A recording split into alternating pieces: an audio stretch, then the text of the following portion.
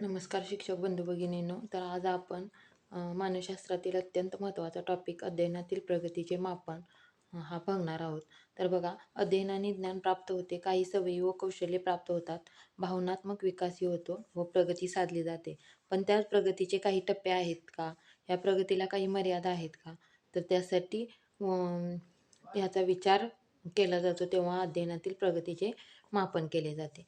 तर अध्ययनातील प्रगतीचे मापन करण्यासाठी आपल्याला अध्ययन वक्र माहीत असणं गरजेचं आहे. तर अध्ययन वक्रानुसार अध्ययनातील प्रगतीचे मापन केले जाते. अध्ययन वक्र म्हणजे काय?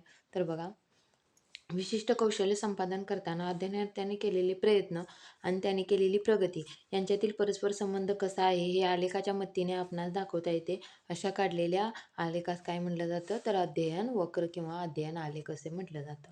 मानव आणि मानवेतर प्राणी विविध प्रकारची कौशल्ये संपादित करतात. मानवाने तर बुद्धी, प्रयत्न व चिकाटी यांच्या बळावर असंख्य कौशल्ये आत्मसात केली आहेत.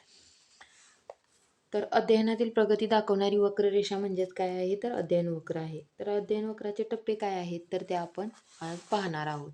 तर बघा, अध्ययनात पहिल्यांदा काय असतो? तर सुरुवातीचा टप्पा असतो. त्यामध्ये काय करतात? तर नवीन कौशल्य आत्मसात करताना सुरुवातीला वेग मंद असतो, कारण नवीन कौशल्य लवकर समजत नाहीत. नवीन परिस्थितीचे आकलन, समायोजन, नवी कृती करणे यात आपली शक्ती, बुद्धी खर्ची पडते. त्यामुळे सुरुवातीचा काय असतो? वेग मंद असतो. परत काय? जलद प्रगतीचा टप्पा किंवा मध्यंतरीची प्रगती. सुरुवातीच्या टप्प्यात मूलभूत गोष्टी शिकल्यानंतर प्रगती जलद होऊन गती लागते. ज्या गोष्टी येत नव्हत्या त्या येऊ लागतात. अध्ययनाची गती वाढते. म्हणजे पहिल्यांदा मंद प्रगती, परत जलद प्रगती, परत प्रगती थांबण्याचा काळ, पठारावस्था येते. अध्ययनात काही वेळा प्रगती थांबल्यासारखे वाटते. चालू असूनही प्रगती मात्र खुंटलेली असते. या स्थितीला पठारावस्था म्हणतात. पठारावस्था ही प्रगती होत नसल्याची साक्ष देत असली तरी रवंथ करण्यासारखी अवस्था नसते. ही प्रगतीची कमाल मर्यादा नसून येथून खरी सुरुवात होत असते. म्हणजे काय? पठारावस्था ही प्रगतीची कमाल मर्यादा नसून येथून सुरुवात होत असते. पठारावस्था अल्पकाळ टिकावी, जास्त वेळ रेंगाळत राहू नये यासाठी दक्ष असले पाहिजे.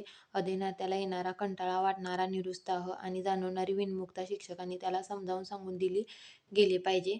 म्हणजे प्रगती थांबलेली असली तर त्याला काय त्याच्यामध्ये अध्ययनामध्ये काय केली पाहिजे? गोडी शिक्षकांनी विद्यार्थ्यांमध्ये निर्माण केली पाहिजे. पठारावस्था लांबू नये यासाठी शिक्षकांनी दक्षता सुद्धा घेतली पाहिजे. चिकाटीने प्रयत्न चालू ठेवण्यासाठी अध्ययनार्थ्याला प्रवृत्त केले पाहिजे. चुकीच्या व अनावश्यक कृती टाळण्यास सांगावे. नाविन्य निर्माण करावे. त्याचा आत्मविश्वास वाढवावा. हा पठारावस्थेचा काळ लवकरच संपेल याची जाणीव करून द्यावी. एकूणच अध्ययनार्थ्याला प्रोत्साहन आणि प्रेरणा देऊन त्याची काय करायची आहे? प्रगती वाढवायची आहे किंवा पठारावस्थेतून काय करायचं आहे? बाहेर पाडण्यास मदत करायची आहे.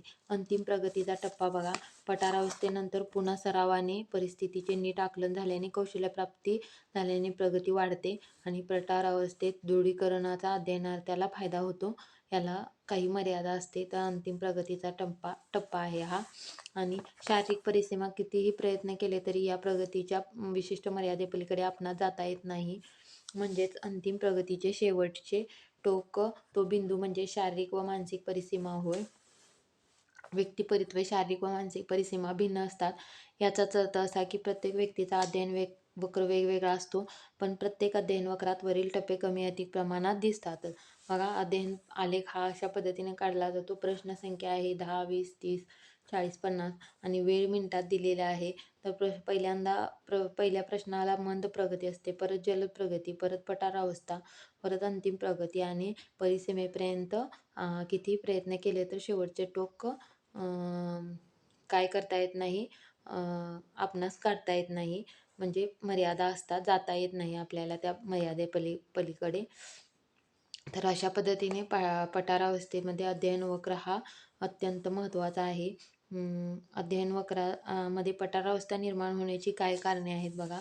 तर अभिरुची कमी होते, कंटाळा किंवा थकवा येतो आणि कोणतेही कौशल्य संपादित करताना वेग आणि अचूकता यापैकी कोणत्याही एका गोष्टीवर लक्ष केंद्रित झाले की प्रगती मंदावते. दोन्हीवर पण लक्ष केंद्रित होणं गरजेचे आहे. कौशल्याचा कठीण भाग अभ्यासताना प्रगती खुंटते. उदाहरणार्थ सुंदर अक्षर काढताना काय होते? चुका होतात, अशुद्ध लेखन होऊ शकतं आणि कौशल्य संपादन करताना चुकीच्या सवयी प्रगतीत बाधा निर्माण करतात आणि प्रेरकाची तीव्रता कमी होते. प्रेरणा न मिळाल्याने काय होते? आपल्याला पठारावस्था येऊ शकते. त्यासाठी शिक्षकांनी मदत करणे गरजेचे आहे. अध्ययन वक्राचे शैक्षणिक महत्त्व काय आहे? अध्ययनाला प्रगतीचा वेग समजतो. अध्ययनात त्याच्या कृतीचे चित्र मिळते. पठारावस्था कोठे कोठे निर्माण झाली हे लक्षात घेऊन विद्यार्थ्यांना मार्गदर्शन व प्रोत्साहन करता येते. शारीरिक परिसीमा दाखवून काय होतं, परिसीमेजवळ नेण्याचा प्रयत्न केला जातो आणि प्रगतीचा अंदाज बांधून काय केले जाते, प्रेरणा देण्यासाठी उपयोग होतो. तर अशा पद्धतीने आपण आज अध्ययन वक्राविषयी माहिती पाहिली. थँक्यू.